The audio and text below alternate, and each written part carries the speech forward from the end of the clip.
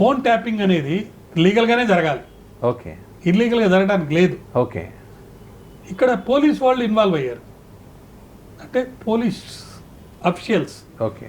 వాళ్ళల్లో ముఖ్యంగా ఈ ప్రభాకర్ రావు అనే ఆయన చాలా ఇంపార్టెంట్. ఆయన కూడా ఇప్పుడు జైల్లో ఉన్నారు. ఆయన కీలక వికెట్ అని కూడా మనం అనుకోవచ్చు. దీంట్లో ఓఎస్టీ రాధాకృష్ణరావు కీలక వికెట్ అయితే ఓకే, ప్రభాకర్ రావు కూడా కీలక వికెట్ అనుకోవాలి. రాధాకృష్ణారావు ఆయన మీద వచ్చిన అలిగేషన్స్, లేదా ఈ డబ్బులు బండ్లలో తీసుకుపోయారు, కొంతమంది బేగం బజార్లో వ్యాపారస్తులతోటి కుమ్ముక్కయ్యారు, ఓకే, సినిమా యాక్టర్ల టెలిఫోన్లు ట్యాప్ అయినాయి, వాళ్ళ కుటుంబీకుల ఫోన్లు కూడా ట్యాప్ అయినాయి, ప్రత్యర్థి పార్టీల్లో ఉన్న నాయకులు ట్యాప్ అయినాయి, వాళ్ళ పార్టీలో ఉన్న కొంతమంది నాయకులు కూడా ట్యాప్ అయినాయి. ఇవన్నీ ఒక ఎత్తు అయితే, ఒక సిస్టమేటిక్గా చేశారు ఈ టెలిఫోన్ ట్యాపింగ్ అనేది మనకు వినపడుతుంది.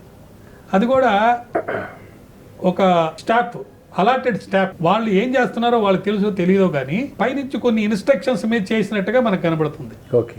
సో ఈ సందర్భంలో సుమారు ఒక 10 ఆర్గనైజేషన్స్, సిబిఐ, రెవెన్యూ తాలూకు ఒకటి, ఈడీ ఒకటి, ఇట్లాంటి అధికారాలు కలిగిన వాళ్ళు సెంట్రల్ గవర్నమెంట్ నుంచి, సెంట్రల్ గవర్నమెంట్ సెక్రటరీ దగ్గర, హోమ్ సెక్రటరీ దగ్గర పర్మిషన్ తీసుకోవటం, లేకపోతే జాయింట్ సెక్రటరీ దగ్గర పర్మిషన్ తీసుకోవటం, అది ఒక ఎత్తు అయితే, స్టేట్ గవర్నమెంట్లో కూడా సెక్రటరీ దగ్గర, హోమ్ సెక్రటరీ దగ్గర ఇంకెవరో అధికారులు ఉన్నారు, వాళ్ళ దగ్గర పర్మిషన్ తీసుకొని ట్యాప్ చేయొచ్చు. ఓకే. మనం టెలిగ్రాఫిక్ యాక్ట్ అంటాం, టెలిగ్రాఫిక్ యాక్ట్ చాలా పవర్ఫుల్ అంటే అది కాదు పవర్ఫుల్. ఓకే. ఎందుకంటే సెక్షన్ 3 కానీ సెక్షన్ 5 కానీ లేకపోతే రూల్స్ 419 అంత ఉంది. వీటన్నిటిని మనం చదివితే తెలిసేది ఏంటంటే 3 years పనిష్మెంటే. ఓకే. అది బెయిలబుల్.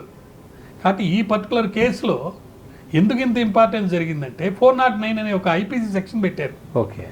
ఆ సెక్షన్ యొక్క ఎఫెక్ట్ ఏంటంటే బ్రీచ్ ఆఫ్ ట్రస్ట్. ఓకే. ఏదైతే పోలీస్ అఫీషియల్స్కి ఒక జాబ్ ఇచ్చేటప్పుడు కొంత డ్యూటీ ఎంట్రస్ట్ చేస్తాం, ప్రాపర్టీ ఎంట్రస్ట్ చేస్తాం. వాళ్ళు ఆ ట్రస్ట్ని బ్రీచ్ చేసి క్రైమ్స్ చేశారు కాబట్టి 409, తర్వాత కాన్స్పిరసీ, తర్వాత 120B కాన్స్పిరసీ, ఎవిడెన్స్ని డిస్ట్రాయ్ చేయటం 201, ఇవన్నీ సెక్షన్లు పెట్టినందువల్ల వాటి పనిష్మెంట్స్ ఓకే చాలా సీరియస్గా ఉన్నందువల్ల మనీ లాండరింగ్ కూడా జరిగింది, విదేశాలకు డబ్బు కూడా వెళ్ళిందని చెప్పి వస్తుంది కాబట్టి ఈడీ లాంటి వాళ్ళు కూడా ఇన్వాల్వ్ అయ్యేదానికి అవకాశం ఉంది కాబట్టి ఇది సీరియస్ అయింది. ఓకే.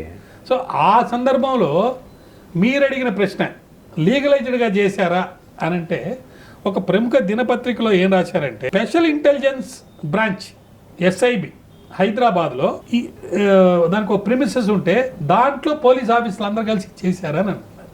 ఓకే. మరి ఇది చేసేటప్పుడు దానికి అధికారి టి ప్రభాకర్ రావు. ఈ టి ప్రభాకర్ రావు అనే ఆయన, అతన్ని ఈ పోలీసు ఆథరైజేషన్ ఏ హోదా అయితే ఉందో ఆ హోదా కలిగిన ఆఫీసర్ ఆథరైజేషన్ ఇవ్వచ్చు అయితే అతనికి ఆ యొక్క పవర్ ఇచ్చారు. సో ఆయన కంట్రోల్లోనే ఇవన్నీ జరిగినాయి. ఓకే.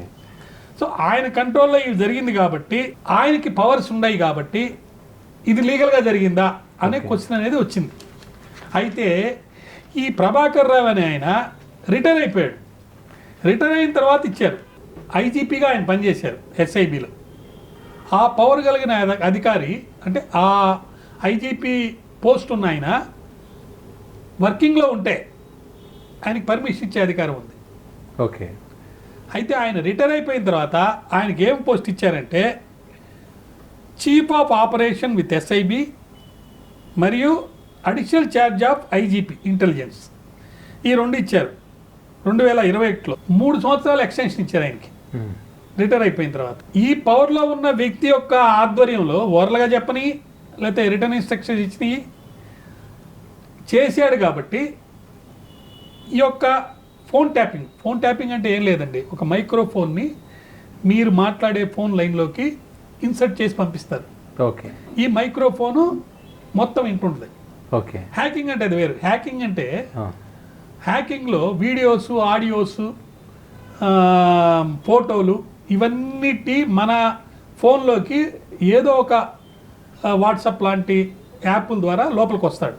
అది హ్యాకింగ్. హ్యాకింగ్ వేరు, ఇది వేరు. ఓకే.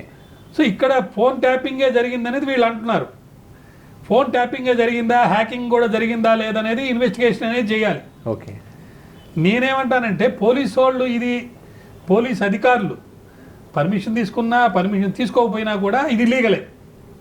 ఎందుకు పర్మిషన్ తీసుకున్నా ఎందుకు ఇల్లీగల్ అంటే, పర్మిషన్ తీసుకోకపోతే 72 hours దాకా ట్యాప్ చేసే అధికారం ఉంది. ఓకే, పర్మిషన్ తీసుకోకుండా 72 hours ట్యాప్ చేసినటువంటి వచ్చిన ఎవిడెన్స్ని వితిన్ 48 hours డిస్ట్రాయ్ చేయాలి పర్మిషన్ తీసుకోకపోతే. ఓకే, దాన్ని cannot be used against anybody. Okay, వీళ్ళు పర్మిషన్ తీసుకుంటే రిటర్న్ పర్మిషన్ తీసుకొచ్చి చూపించాలి. అలాంటిదేమి బయటికి రాలా. ఓకే, ఈయనకి అధికారం ఉన్నా కూడా ఒకవేళ రిటైర్ అయిన ఆయనకి కూడా సేమ్ పవర్స్ ఎక్స్టెండ్ చేశారు కాబట్టి ఆయనకి పర్మిషన్ ఇచ్చే అధికారం ఉన్నా కూడా అసలు నిజంగా ఆయన పర్మిషన్ ఇచ్చాడా, ఇస్తే ఇన్ రైటింగా లేకపోతే ఓరలా, ఆ ఇచ్చిన పర్మిషన్తో రికార్డ్ చేసినటువంటి దొరికినటువంటి స్టేట్మెంట్స్ ఏంటి, ఏమేమి రికార్డ్ చేశారు, దాన్ని బేస్ చేసుకొని ఏమి ఇన్వెస్టిగేషన్ చేసి ఏమి క్రైమ్స్ని ప్రివెంట్ చేశారు అనే దానికి ఆధారం లేకుండా ఆధారాన్ని డిస్ట్రాయ్ చేసేసారు. ఓకే, కాబట్టి 201 సెక్షన్ పెట్టారు వాళ్ళ మీద. ఓకే, ఎవిడెన్స్ డిస్ట్రాయ్ చేశారు కాబట్టి. ఓకే, సో అందువల్ల ఈ డౌట్ అనేది వచ్చేసింది అనమాట. యాక్చువల్గా టెలిగ్రాఫీ యాక్ట్ అమెండెడ్ రూల్స్ కనుక మనం చూస్తే ఐజీపీని హోమ్ సెక్రటరీ ఆథరైజ్ చేసి ఇవ్వాలి. హోమ్ సెక్రటరీ ఇంటర్సెప్షన్ ఆఫ్ మెసేజెస్కి ఒక ఐజీపీకి ఆథరైజేషన్ ఇవ్వచ్చు. మరి ఆ రాధాకృష్ణారావు ఐజీపీ క్యాడర్లో చేసి రిటైర్ అయ్యాడు. తర్వాత ఆయన పవర్స్ ఎక్స్టెండ్ చేశారు. ఆయనకి హోమ్ సెక్రటరీ ఇచ్చాడా లేదా, అయితే ఇచ్చే ఆయన రిటైర్డ్ పోలీస్ ఆఫీసర్ అయినా ఈయనకి ఆ పవర్స్ని ఇచ్చినందువల్ల దాన్ని ఎక్స్టెండ్ చేయొచ్చా? అందువల్ల మనం చూడాల్సింది ఏంటంటే అన్నోన్ పర్సన్స్ వాళ్ళ ప్రొఫైల్స్ తయారు చేయటం. అన్నోన్ పర్సన్స్ని సపోజ్ ఒక ఎక్స్ ఉన్నాడు అనుకోండి, ఆ ఎక్స్ యొక్క ప్రొఫైల్ తయారు చేస్తారు ఇంటర్సెప్ట్లో చేసి, వాడి మీద రైడ్ చేస్తారు వీళ్ళు.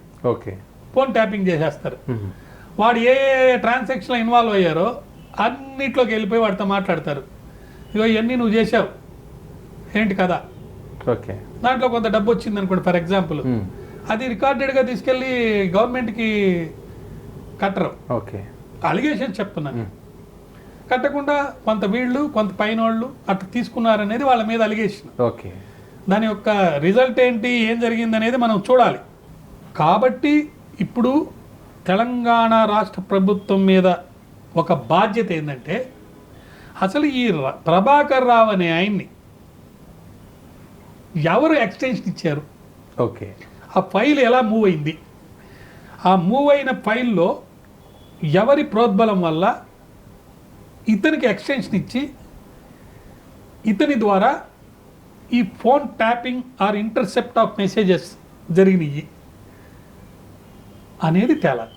ఓకే, అప్పుడు పెద్ద తలకాయల యొక్క ఇన్వాల్వ్మెంట్ ఉందా లేదా అనేది తెలుస్తుంది. నాక్రో టెక్స్ట్ పడలేదు, ఓకే, లేకపోతే నాతో పాటు ఇంకెవరినో కూడా కలిపి చేయాలని చెప్పి ఒక నాయకుడు అడుగుతున్నాడు.